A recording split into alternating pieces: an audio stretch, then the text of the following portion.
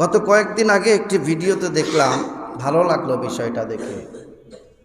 বাংলাদেশের একজন রাজনৈতিক ব্যক্তি, নাম হচ্ছে ভিপি নূর। তাকে একটি টকশোর মধ্যে বলা হচ্ছে, আপনি তো রাজনীতি করেন, আপনার আদর্শ কি আদর্শ আপনি লালন করেন? তিনি বলছিল, যেহেতু আমি মুসলমান, আমার আদর্শ হচ্ছে একমাত্র বিশ্ব নবী মুহাম্মদুর রাসূলুল্লাহ সাল্লাল্লাহু আলাইহি সাল্লাম হচ্ছে আমার আদর্শ। জোরে বলি সুবহানাল্লাহ। মন থেকে ভালো লাগলো, দোয়াও করলাম, আল্লাহ পাক যাতে তোকে রাসূলের আদর্শের উপরে যতদিন বেঁচে থাকবি আল্লাহ পাক যাতে রাখে। বলেন আমিন। রাসূলের আদর্শ যে মানতে হবে, এটা দুনিয়ার কোনো মানুষের কথা নয়। কার কথা? আল্লাহ রাব্বুল আলামিন বলছেন, লাকাদ কানা লাকুম ফি রাসূলিল্লাহি উসওয়াতুন হাসানা। জোরে বলি আল্লাহু আকবার। আল্লাহ পাক নিজেই বলছেন, রাসূলকে উত্তম আদর্শ দিয়া, উত্তম চরিত্র দিয়া তোমাদের কাছে আদর্শ স্বরূপ আমি পাঠিয়ে দিয়েছি। কোন মানুষ যদি বিশ্ব নবী মুহাম্মদুর রাসূলুল্লাহ সাল্লাল্লাহু আলাইহি সাল্লামের আদর্শকে মেনে নেয় তার ব্যক্তি জীবনে, আল্লাহ পাক রব্বুল আলামিন বলছেন তার আদর্শটা 100% একজন মুমিনের আদর্শ হয়ে যায়। রাসূলের আদর্শ ছাড়া অন্য কারো আদর্শ কেউ যদি গ্রহণ করে তার ঈমান থাকে না। কথা ঠিক কিনা বলেন? কারণ রাসূল পাঠিয়ে দিয়েছে আদর্শ মানার জন্য রাসূলকে। আপনি রাসূলের আদর্শ প্রতিষ্ঠা না করতে গিয়া আপনি নেতার আদর্শ প্রতিষ্ঠা করেছেন সমাজে, আর এই পথেই যদি আপনি মারা যান, আপনার অবস্থাটা কি হবে একটু চিন্তা করে দেখেন। আল্লাহ পাঠাইলো কেন? দুনিয়াতে আসলাম, কি করলাম, আর চলে গেলাম কি নিয়া? বিশ্বনবী মুহাম্মদুর রাসূলুল্লাহ সাল্লাল্লাহু আলাইহি সাল্লাম ইন্তেকাল করলেন। ইন্তেকালের পরে কিছু সংখ্যক সাহাবী আম্মা জান আয়েশা সিদ্দিকা রাদিয়াল্লাহু তাআলা আনহার কাছে চলে গেল। গিয়ে বলছেন, ওগো আম্মা জান, বিশ্ব নবীর চরিত্র সম্পর্কে, বিশ্ব নবী সম্পর্কে আমাদের কাছে কিছু বলুন। আম্মা জান আয়েশা বলছেন, কেন, তোমাদের কাছে কি কোরআন নাই? বলে, হ্যাঁ কোরআন আছে। তাহলে আমার কাছে কেন আসলা? আল্লাহ পাক তো কোরআনে বলেছেন, কানা খুলুকুল কোরআন।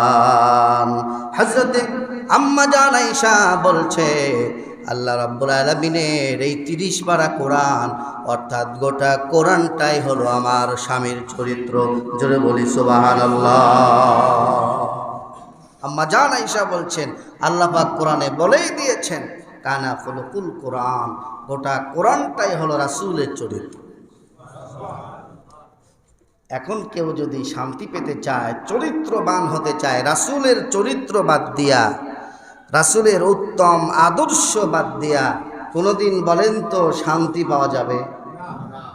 ব্যক্তি জীবনে পাওয়া যাবে, সমাজ জীবনে, রাষ্ট্রীয়ভাবে কোন সেক্টরে শান্তি পাওয়া যাবে না যদি রাসূলের আদর্শ ব্যক্তি জীবনে ধারণ না করে। বিশ্বনবী মুহাম্মদুর রাসূলুল্লাহ সাল্লাল্লাহু আলাইহি সাল্লামের আদর্শ যদি আমরা মানতে চাই, আমার মূল আলোচনার মধ্যে আমি আলোচনা করব, প্রত্যেকটা জীবনেই দুনিয়ার মানুষের মানা একেবারে সহজ হবে না। কারণ বিশ্বনবীর চরিত্র ছিল, বিশ্বনবীর কাজ ছিল রাত 3টার দিকে উঠতেন, তাহাজ্জুদের নামাজ পড়তেন। নামাজ পড়তে পড়তে বিশ্বনবীর পা একেবারে ফুলে যেত। এই আদর্শ, এই কাজ কি আমাদের দ্বারা সম্ভব? কথা বলেন না কেন? কয় সম্ভব না। আরে ভাই, নিজেরা ইচ্ছা করলেই তো সম্ভব। প্রত্যেকটা মুসলমান যদি ব্যক্তি জীবনে চিন্তা করে রাসূলের আদর্শ দিয়ে বাস্তবায়ন করব নিজের জীবন, শুধুমাত্র নামাজের সময় রাসূলের সুন্নাহ মানলাম, দাড়ি রাখলাম, সুন্নাহ মানলাম, মাথায় টুপি দিলাম, সুন্নাহ মানলাম, রাষ্ট্রীয়ভাবে দিন প্রতিষ্ঠার ব্যাপারে এটাও মানলাম। কিন্তু বিশ্বনবী মুহাম্মদুর রাসূলুল্লাহ সাল্লাল্লাহু আলাইহি সাল্লামের চরিত্র আর আদর্শ তো এতটুকুর মধ্যে সীমাবদ্ধ নয়। গোটা কোরআনটাই হলো বিশ্বনবী মুহাম্মদুর রাসূলুল্লাহ সাল্লাল্লাহু আলাইহি ওয়াসাল্লামের আদর্শ। বলি সুবহানাল্লাহ। একজন মানুষ যদি আদর্শকে মেনে নেয়, ওই মানুষটা সাহাবীরা যেমন মেনে নিয়েছিল রাসূলের আদেশ, রাসূলকে আনুগত্য করার কারণে দুনিয়ার মধ্য থেকে জান্নাতের সার্টিফিকেট পেয়ে গিয়েছে। একটু আওয়াজ দিয়ে বলতে হবে সুবহানাল্লাহ। দুনিয়াতে বেঁচে ছিলেন, রাসূলের আনুগত্য করেছেন, রাসূলের পিছনে থেকেছেন, কথাগুলো মেনেছে। এর জন্য আল্লাহ পাক তাকে দুনিয়ায় বেঁচে থাকা অবস্থায় 10 জন সাহাবী জান্নাতের সুসংবাদ পেয়েছে। তার নাম্বার 1 হযরত আবু বকর সিদ্দিক রাদিয়াল্লাহু তাআলা, হযরত ওমর ফারুক রাদিয়াল্লাহু তাআলা, 4 খলিফা ছিলেন এর মধ্যে। প্রত্যেকটি সাহাবীর জীবনী তালাশ করে দেখেন, তাদের জীবনের মধ্যে আমাদের মতন এত আরাম আয়েশের জিন্দেগি ছিল না। মনে চাইলো মসজিদে গেলাম, মনে চাইলো নামাজ পড়লাম, মনে চাইলো দান করলাম, মনে চাইলো যাকাত দিলাম কিছুটা, এরকম নয়। আল্লাহর আদেশ এসেছে, পিছনের সব কিছু বাদ দিয়ে দিয়েছে।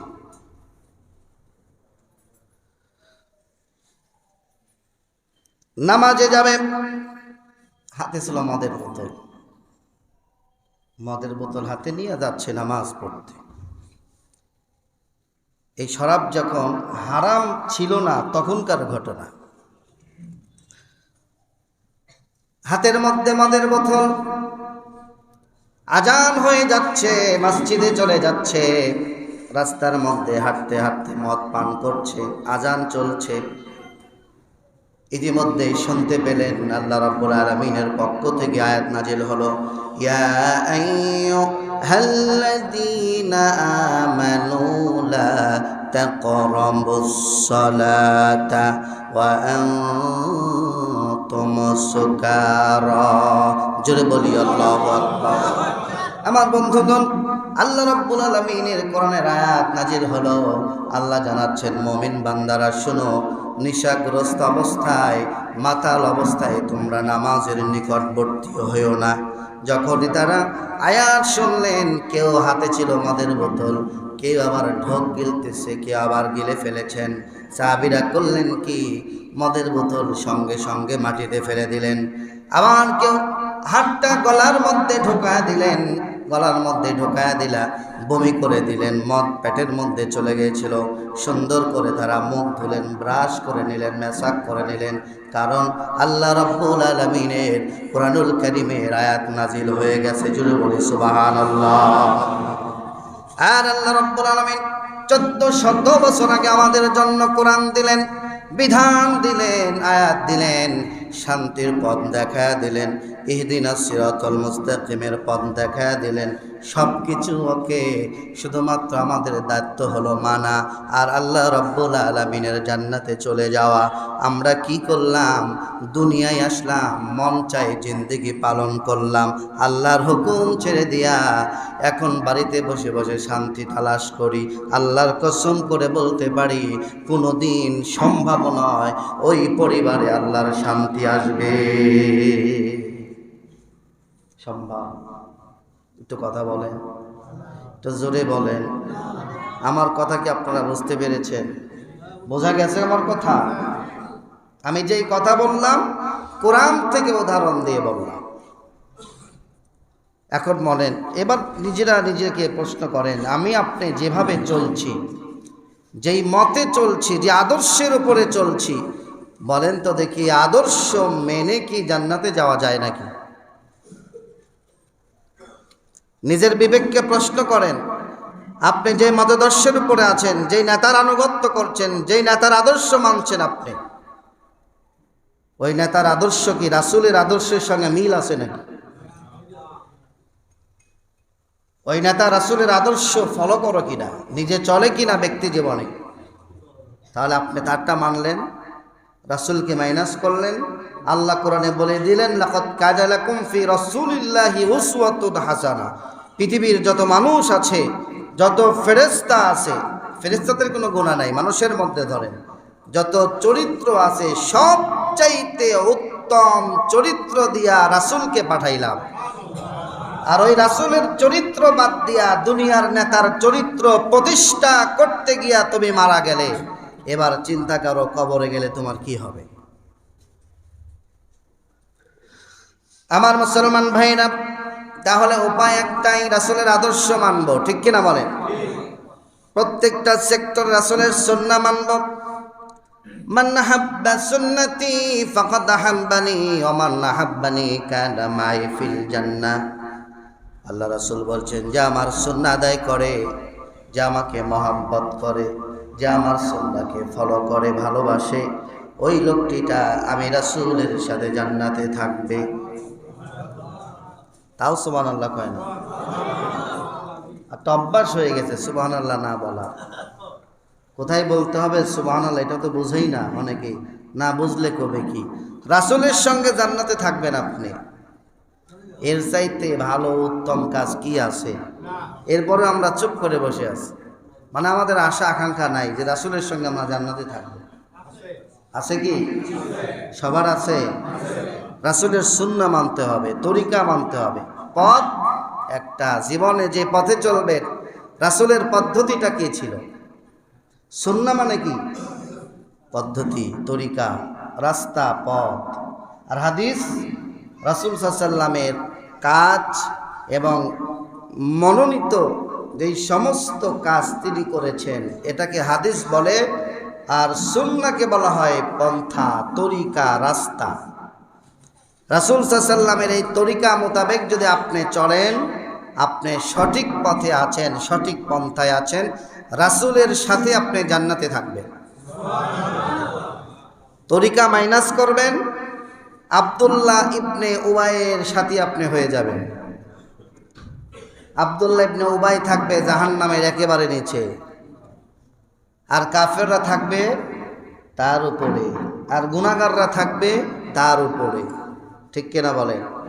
এখন আপনারা কোন স্তরে থাকতে চান? সবার নিচে না মাঝে না উপরে?